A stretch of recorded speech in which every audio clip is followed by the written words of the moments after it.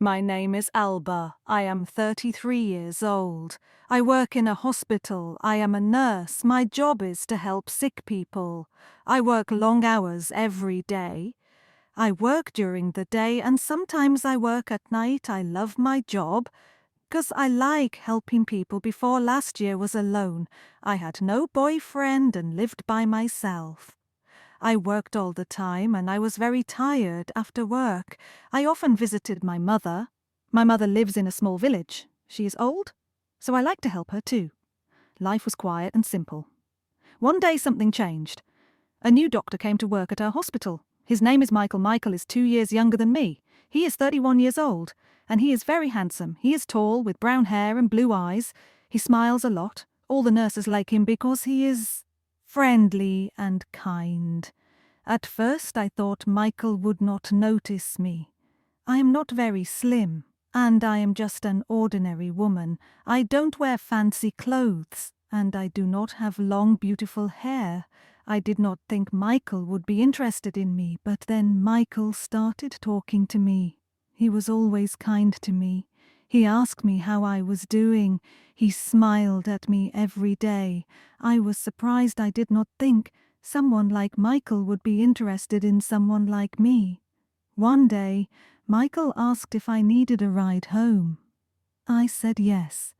He drove me home in his car. It was a nice car, and we talked the whole way. We talked about work, our lives, and our families. I felt very happy talking to him. Michael was easy to talk to after that. Michael often drove me home sometimes.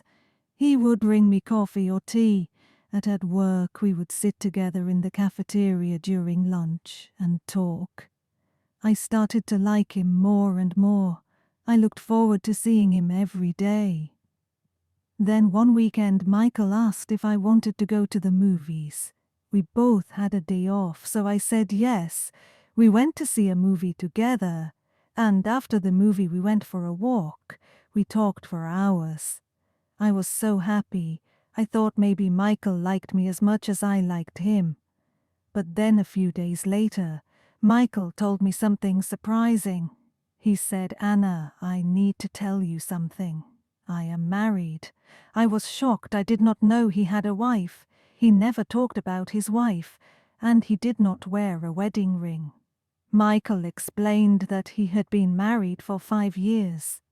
His wife's name is Laura. They do not have any children.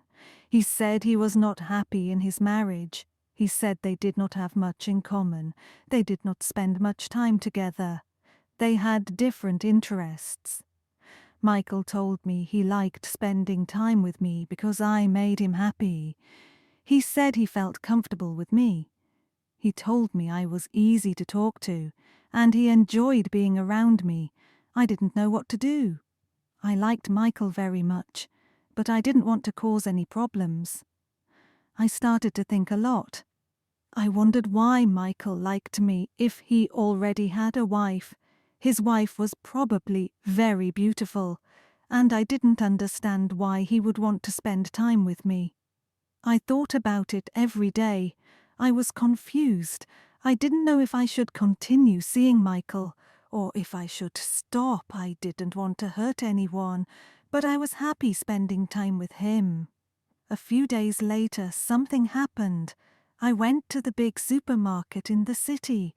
I was there to buy food. As I walked through the aisles, I heard a Tamila voice. It was Michael. He was talking to someone. I saw him before he saw me. He was with a woman that I guessed it was his wife. Laura was very beautiful. She was tall and elegant. She looked like a model. She wore expensive clothes and she smiled a lot. They were laughing together and they looked very happy. I felt sad. I didn't know what to do. I left the supermarket quickly. I didn't want them to see me. I went home and thought about it. I felt confused. Why did Michael spend time with me? If he had a beautiful wife, why did he choose to talk to me? I started to think about my situation. I didn't want to be the other woman in Michael's life. I wanted to make the right decision, But it was hard. I knew I had to talk to Michael and figure out what to do. Later that night I couldn't sleep. I kept thinking about Michael. I thought about how kind he was to me and how much I enjoyed spending time with him. But I also thought about his wife. She was beautiful and looked perfect. I didn't understand why Michael would choose to be with me when he had a beautiful wife. The next day I went to work feeling tired and sad. I didn't want to see Michael, but I knew I had to talk to him when I saw him. He smiled at me like everything was normal, but I couldn't smile back. I needed to know what was really going on. Michael, we need to talk. I said. He looked at me, confused. What's wrong, Anna? He asked. I saw you at the supermarket with your wife. I said you looked happy. I don't understand why you were spending time with me. If you are happy with her. Michael looked sad. I'm not happy, Anna. He said, Laura, and I don't have the same connection that you and I have with you. I can be myself. You make me feel alive. I didn't know what to say. I liked Michael, but I didn't want to be the reason someone's marriage fell apart. I decided to give myself some time to think. I told Michael that I needed space over the next few days. I thought about everything. I talked to my best friend, Sarah, and told her about Michael. Sarah is always honest with me. She told me, Anna, you deserve someone who can be with you fully. Don't settle for less. I knew she was right. I needed to think about my own happiness and what I wanted in life. A week later, Michael called me. He wanted to meet and talk. I was nervous, but I knew I had to be honest with him. We met at a park and I told him how I felt. Michael, I care about you, but I can't be in this situation. I said you need to decide what you really want.